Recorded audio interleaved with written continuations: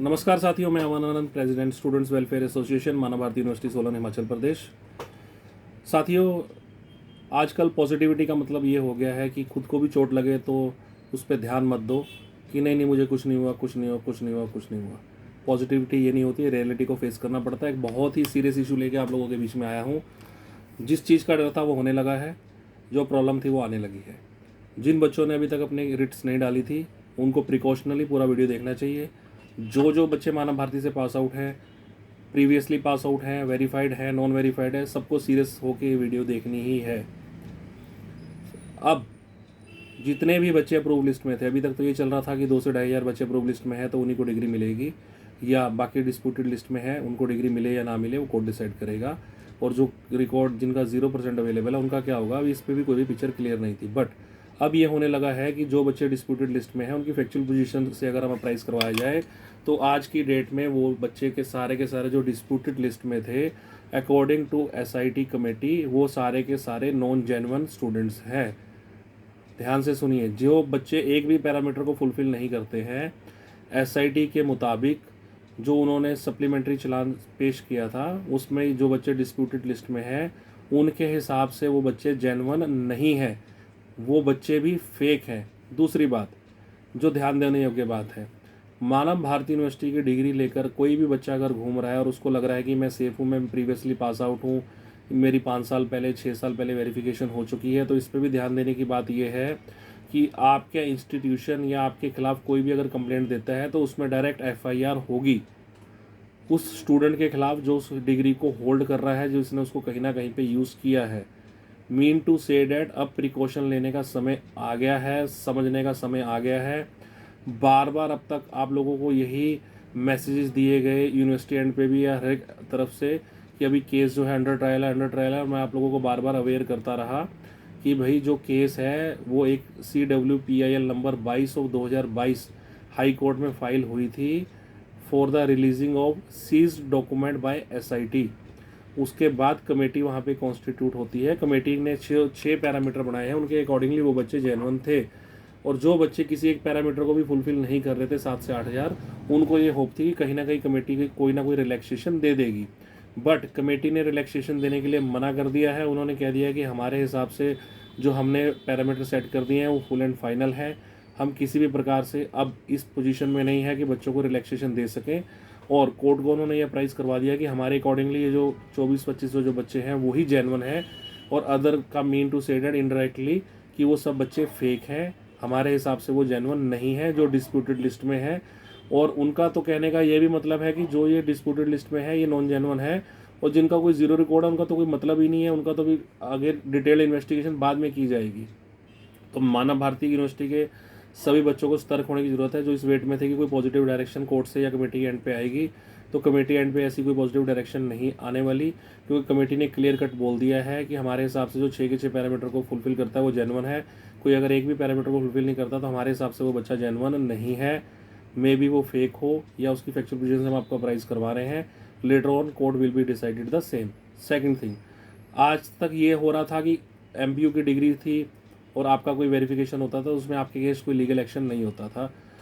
अब उसमें ये हो रहा है कि अगर आपका इंस्टीट्यूशनल वेरिफिकेशन होता है या आपकी कोई कंप्लेंट देता है भी इस बच्चे ने हमारे को ये डॉक्यूमेंट सबमिट करवा के हमारे से ये जॉब ली है या इस चीज़ का ये बेनिफिट लिया है, तो इस टाइप से आपके अगेंस्ट FIR हो सकती है।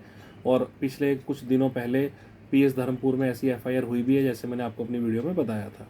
सेकंड थिंग, बच्चे अब इसमें क्या करें, पैनिक होने की ज़रूरत नहीं है। मल्टीपल टाइम्स मैं बोलता आ रहा हूँ, बार बार बोलता आ रहा हूँ कि हमेशा एक स्टेप अहेड रहिए।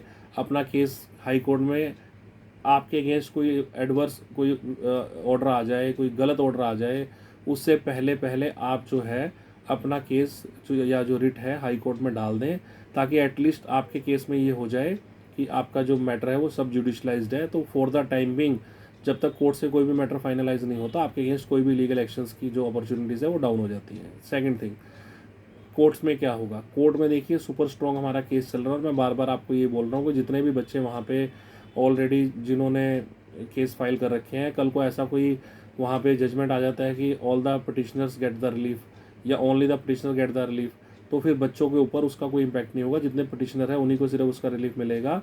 और बाद में अगर आप लोगों के ऊपर कोई लीगल एक्शन होता है तो उसके लिए आपको कोई भी शैडो नहीं मिलने वाला। तो इस वीडियो को बनाने का मकसद यही था कि जो बच्चे रिलैक्स होकर घर पे बैठे हैं कि हमारी प्रीवियसली वेरिफिकेशन हो चुकी है, उनको भी टेंशन लेने की ज़रूरत है। आज से 1 साल बाद 2 साल बाद जब अपनी वो जॉब स्विच करेंगे, उनका रीवेरिफिकेशन होगा और उन्होंने उसको डिनाई कर दिया तो वो डिनाई ही माना जाएगा कि बच्चा जेन्युइन नहीं है। प्रीवियसली वेरिफिकेशन जो है वो नल एंड वॉइड है, जो कमेटी वेरिफिकेशन करती है वही जेन्युइन है। पहले सिंपल सी थ्योरी है, अकॉर्डिंग टू एसआईटी अगर यूनिवर्सिटी फेक डिग्री बांटती थी तो वो फेक वेरिफिकेशन भी कर देते थे, फेक माइग्रेशन भी दे देते थे। तो कई बच्चे हमें बोलते हैं कि सर मेरे पास वेरिफिकेशन भी है, माइग्रेशन भी है, सब कुछ है, तो मुझे वेरिफिकेशन करवाने की ज़रूरत है। हाँ बिल्कुल आपको ज़रूरत है, क्योंकि कल को कहीं आप जॉब स्विच करते हैं, अगर आपकी कहीं पे भी जॉब लगती है, आपको कोई भी वर्किंग के लिए जाते हैं या कहीं पे भी आपके डॉक्यूमेंट्स वेरीफाई होंगे तो अकॉर्डिंग टू दिस 6 पैरामीटर ही वेरीफाई होंगे। तो previously verification null and void हो जाती है, क्योंकि कहीं ना कहीं एसआईटी का ये कहना है कि अगर इन्होंने फेक डिग्री दी है तो फेक वेरिफिकेशन भी कर दी होगी, अनअप्रूव्ड कोर्सेज की डिग्री दी है तो उनकी भी वेरिफिकेशन कर दी होगी, जो कहीं ना कहीं से बात इनकी जेन्युइन लगती भी है। देखो हम कोर्ट में फाइट कर रहे हैं सॉरी, फाइट करना हमारा काम है। फाइट में आपको रिलैक्सेशन मिलेगा, वो भी 110% गारंटी नहीं ले सकते, क्योंकि हम अपना बेस्ट दे सकते हैं। आपको जो है उसमें रिजल्ट्स मिलेंगे, पॉजिटिव रिजल्ट मिले हर बार, ऐसा भी नहीं होता। बट हाँ, जिन केसेस को हम लीड कर रहे हैं वो सारे पॉजिटिव डायरेक्शन में जा रहे हैं।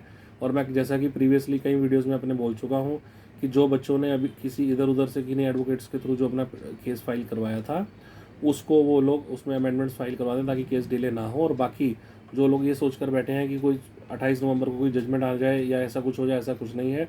जो पिटिशनर्स हैं उन्हीं को रिलीफ मिलेगा। और जो बच्चे, मैं दोबारा से बार बार कह रहा हूँ कि आपके अगेंस्ट लीगल एक्शन भी हो सकता है अगर आपने कोर्ट में जाके अभी शेडो नहीं लिया। कल को कोई भी आपकी कंप्लेंट करे या इंस्टीट्यूशन आपकी कोई भी कंप्लेंट करेगा, जैसे हाल फिलहाल हमें देखने में मिला था कि 2 से 3 लोगों की हरियाणा पुलिस में जॉब लगी थी, उनके अगेंस्ट भी अम्बाला में एफआईआर रजिस्टर्ड हुई है। मानव भारती यूनिवर्सिटी वो लोग लेकर चल रहे थे। गुजरात के अंदर 2-3 केसेस हैं जिनके अंदर स्टूडेंट्स के अगेंस्ट एफआईआर हुई है। हिमाचल के अंदर ऐसे कई बच्चे हैं जिनके अगेंस्ट एफआईआर हुई है, उनके इंस्टीट्यूशंस ने ही करवा दी है एफआईआर।